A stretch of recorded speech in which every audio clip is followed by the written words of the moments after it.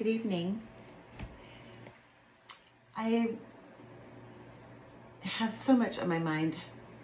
There's so much to say. You know, I bite my tongue and just wait for everybody to do what they're going to do, say what they're going to say. But there's something that's really struck me that really is really infuriating. And I think it's not just for me. I think there's a lot of people that might feel this way. You know, this is a very interesting area, and we all have been groomed into a culture that is really horrifically judgmental, and they're so fast to make assumptions and so ready to hurt their neighbor instead of helping them. And my question is, and I want you to really think about it, what is it exactly that makes a Christian? I'd like you to really think deeply about that, you know, because we are so busy stereotyping people or saying, well, if somebody is doing that, then there must be a bad person, stay away from them. You know, I remember being a child in this church and having some say, well, if you see somebody with a cigarette in your mouth, they're a bad person. Well, both my parents smoked cigarettes when I was growing up, you know, or if somebody drinks alcohol, that means that they're not Christ-like, and Christ doesn't, you know, they're just bad. You got to stay away from them. Well, my parents drank when I was young too.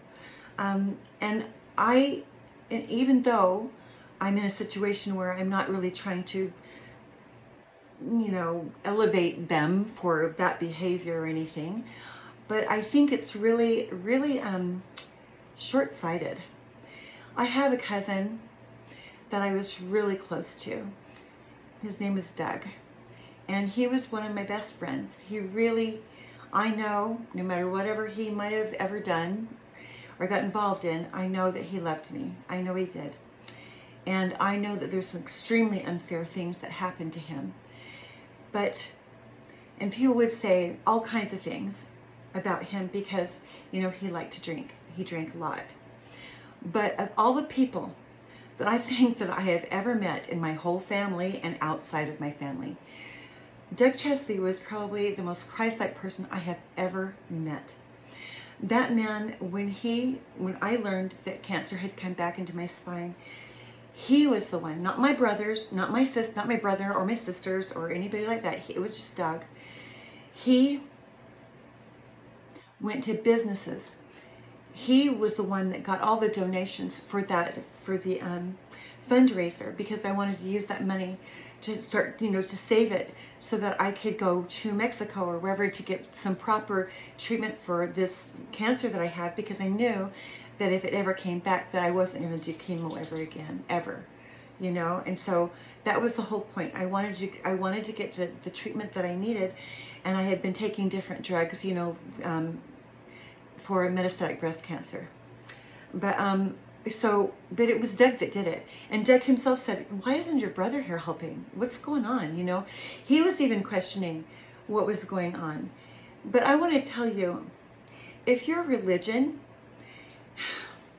and forgive me if I sound rude, I'm losing patience, because I realize deep down in my heart that people that use religion as a weapon against individuals, you have missed the entire point of having a religion in the first place. Now, when you talk about me being in this position, or I was down, I was struggling, I was going through this, that, and the other, you have no idea what I went through. You don't have any idea what I went through emotionally, having this cancer come back. You don't know what I went through when I got COVID and I was in intensive care. You have no idea my feelings when I fell and I crushed my shoulder and had to have a reverse shoulder replacement. For you people to judge me for anything that I had done, which was really nothing but have some Pabst Blue Ribbon, is really absurd. Because you know what? I have never spent my time criminally planning and premeditating, stealing, and causing harm to somebody's identity, to the person that they are. No, I have never attacked anybody in that way, ever. And it is appalling to think that a group of religious-speaking people would take it upon themselves to criminally try to destroy another person's life. Now, I'm not going to try to pretend to be really nice and patient and just really calm about this, because this is a very serious matter.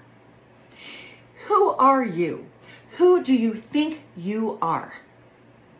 I would really like to know, because in my worst times, in my childhood, and as I was growing up, the things that I did that might not have been moral compared to what you guys are talking about today, or this investigation that's going on. There has never once in my life that I have ever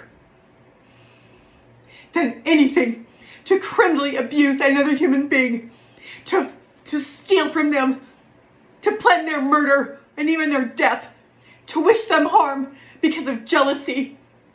I have no idea who this religion is. Who are you people? And how dare you put your little quirks and your little messages about somebody's flaws or weaknesses when you're out there committing huge fraud, huge crime. Who do you think you are? I have so much to repent of myself, but I know in my heart that I have done nothing to you people, not one thing. How dare you think that you're holier than God, and that you think that you know what's right and you know what's wrong when you clearly do not. You don't even have a clue, not even a bit of clue. Shame on you for not being the people that you claim to be. You are not the people you claim to be in this faith.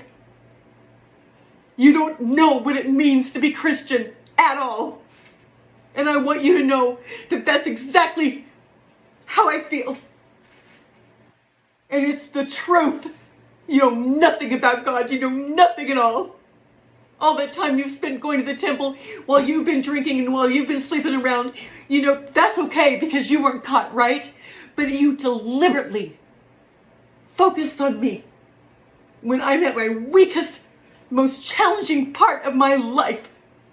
And you call yourself good people and Christians? You better take a good look. You have no idea who you've offended. You have no idea.